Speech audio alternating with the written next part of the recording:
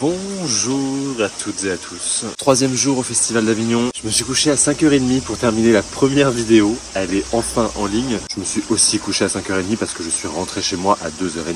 Donc autant vous dire que ce matin, le réveil à 9h piquait un petit peu. Je devais aller voir une lecture d'un spectacle produit par Charles Templon à 11h et c'était clairement impossible. Je suis en train de terminer le vlog de la deuxième journée là. Enfin terminé. Commencer. Et donc j'irai dans Avignon seulement à partir de 15h pour voir le spectacle de Kirill Serebrennikov. Et en attendant, café.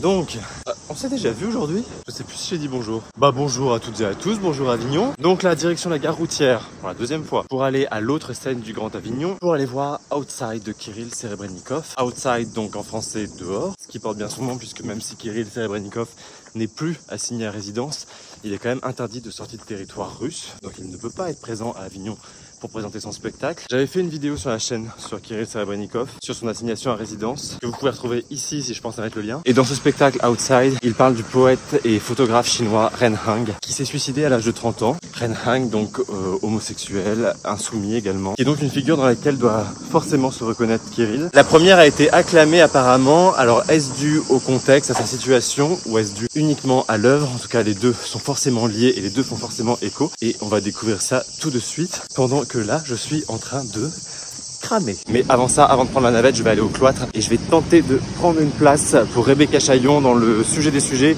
Vive les sujets, j'oublie toujours le nom, parce que c'est à 18h et comme c'est à 15h Kirill Serebrennikov. 15h, 16h, 17h, ça dure 2 heures, 17h10 avec les applaudissements, 17h10, 20 minutes de navette, 17h30. Ah, je pense que je peux être à 18h au jardin. Ça se tente. Et bah c'est vite vu, c'est fermé. Je viens de réaliser que j'ai pas mangé, ça dure 2h30.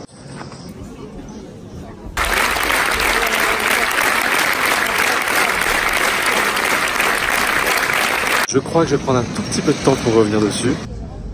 Bon, c'est un peu impossible de vlogger de la République quand même.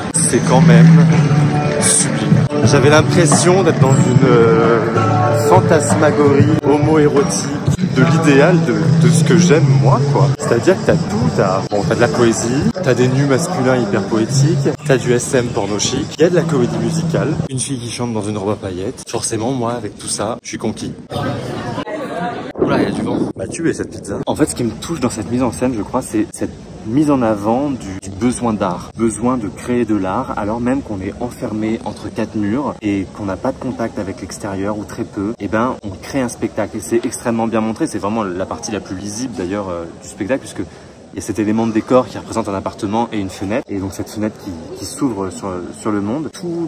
Toutes les références à Ren Hang, elles se passent dans cet appartement. Et l'idée c'est ça, c'est vraiment de faire surgir l'amour, la vie, l'érotisme, le sexe, dans un appartement qui est complètement fermé, dans lequel on est prisonnier. Et puis c'est aussi un moyen pour lui de confronter l'art de Ren Hang à la réalité, à des souvenirs personnels, notamment ce souvenir du bodybuilder qui se masturbe et que lui aperçoit depuis sa fenêtre quand il est plus jeune. C'est l'émotion de ce souvenir et c'est comment tu le relis à l'art aujourd'hui. Moi, c'est vraiment un spectacle que je donnerais au très très grand public. Pour moi, il y a pas de... Bon, il y a peut-être une petite limite d'âge quand même, c'est quand même des gens tout nus avec des fouets et des fleurs dans les fesses. Mais à un moment, je me suis vraiment senti comme dans une production de Broadway, mais bien faite, bien réfléchie, bien pensée, avec un vrai message derrière. Et puis, alors...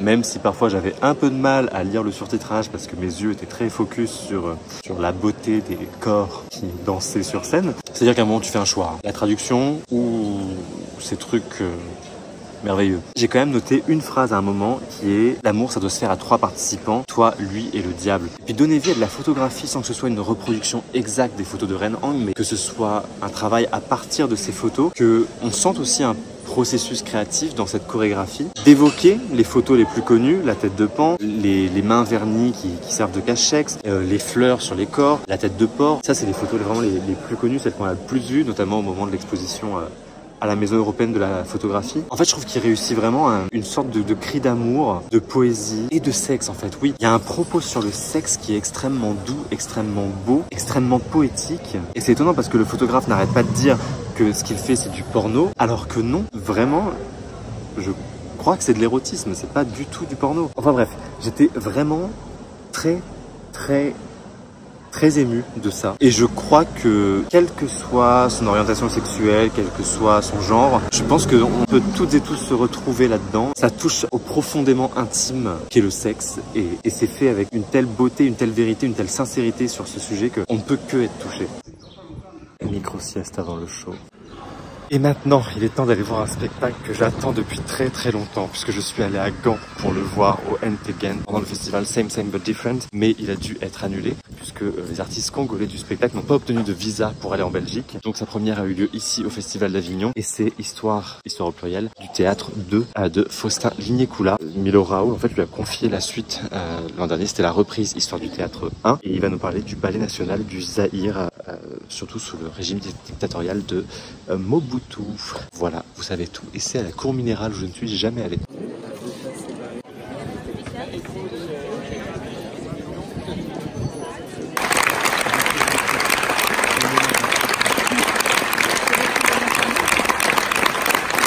Je suis ravi d'avoir vu ça. Il y a plein de petits défauts, je pense, notamment au niveau du rythme et puis au niveau des soucis qu'il y a eu pour faire cette création, puisque moi, ce spectacle, je devais le voir en février et il n'a pas pu être créé.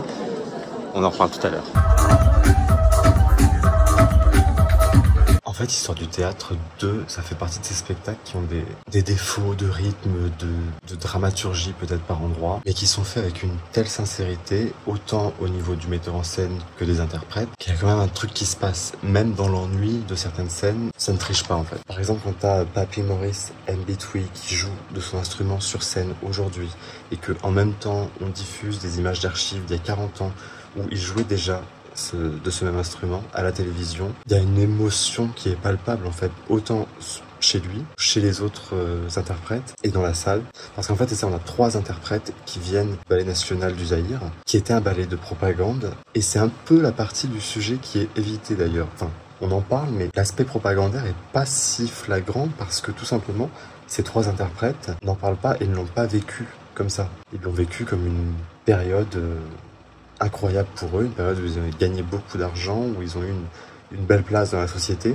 Et puis on a un artiste congolais de la jeune génération cette fois, qui lui joue vraiment le rôle du conteur, qui se moque un peu de nous d'ailleurs, qui se moque du public dès le début. En arrivant sur scène, il nous dit: je vends de l'exotisme, je vends des histoires de nègres. Alors même que juste avant, il y avait ce comédien belge qui ouvre le spectacle, présente ce qui va se passer, qui assume complètement son statut en disant qu'il est blanc, qu'il faut pas voir là de l'appropriation culturelle, mais juste une tentative de mieux connaître l'autre. Il dit exactement: regardons un passé qui n'est pas le mien, racontant une histoire qui n'est pas la mienne, pour mieux apprendre de l'autre. Avec cette charge du passé colonial qu'il y a entre la Belgique et le Congo, d'avoir ce comédien belge qui vient écouter une histoire, qui vient juste être le récepteur de l'histoire, qui n'explique rien. D'ailleurs, il a une position très symbolique, c'est que c'est lui qui tient le projecteur et c'est lui qui éclaire les acteurs et les actrices qui viennent témoigner. Et tout l'enjeu de ce spectacle, c'est de se dire, voilà une imagerie exotique, coloniale. La Belgique se l'est appropriée pendant des années. On a fait une imagerie raciste, colonialiste. C'était tout le thème de l'exposition L'invention du sauvage qui avait il y a 5 ou 6 ans au musée du Quai Branly. On racontait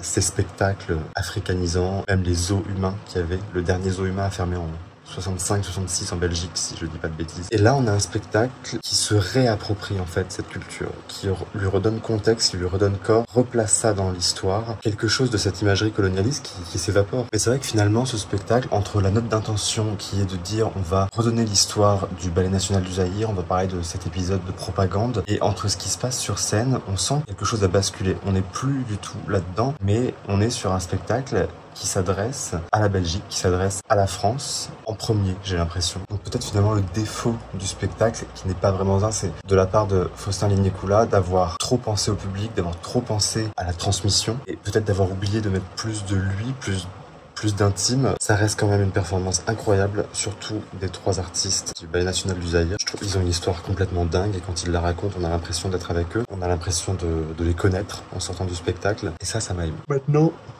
bonne nuit.